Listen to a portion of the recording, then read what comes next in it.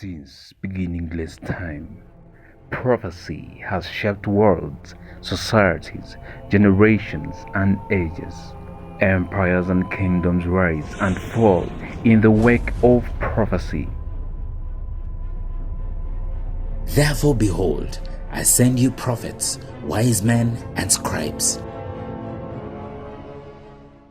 Sunday, 6th January 2019. So I go into this country. I saw a foreign embassy of our country being shut down, and there were people talking about a lot of it. It seems like it was not a good thing, and I saw it being discussed in Parliament. 6 years, 3 months later, Thursday, 17th April 2025. Uganda's Ministry of Foreign Affairs has confirmed a sweeping plan to close 23 foreign missions, part of a cost-cutting directive from the president. Parliament was told the ministry faces a budget shortfall of around $62 million. Security concerns have also weighed heavily on this decision. The recent attacks on Uganda's embassy in Kinshasa exposed serious risks, with many missions relying on private security firms instead of official state protection. Key countries like Kenya, Nigeria, and Canada currently lack Ugandan ambassadors. Meanwhile, damages to embassies in Nairobi and Kinshasa remain unresolved, prompting renewed calls for a clearer and better funded foreign policy.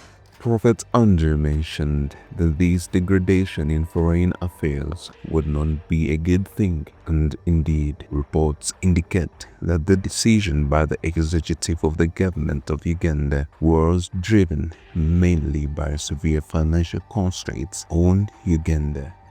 Seems like it was not a good thing, and I saw it being discussed in Parliament. This prophecy covered 2 of the 3 branches of government, as the Parliament of Uganda was also greatly involved. Ugandan President Yoweri Museveni directed a review of its foreign missions, citing concerns over their effectiveness. The country's Foreign Affairs Minister announced this to members of Parliament as he responded to claims of poor performance by missions. With 35 foreign missions, Kampala is looking to reduce them to 15 due to a budget shortfall of $62 million. What makes this prophecy even more bizarre is that it comes hot on the heels of a similar development in the foreign affairs of the United States of America. 2 days earlier, Tuesday, 15th April 2025. The US is looking to shut down 10 embassies and 17 consulates across Europe, Africa, Asia, and the Caribbean. In Africa, embassy closures are being considered in Eritrea, Gambia, Lesotho, Republic of Congo, and South Sudan.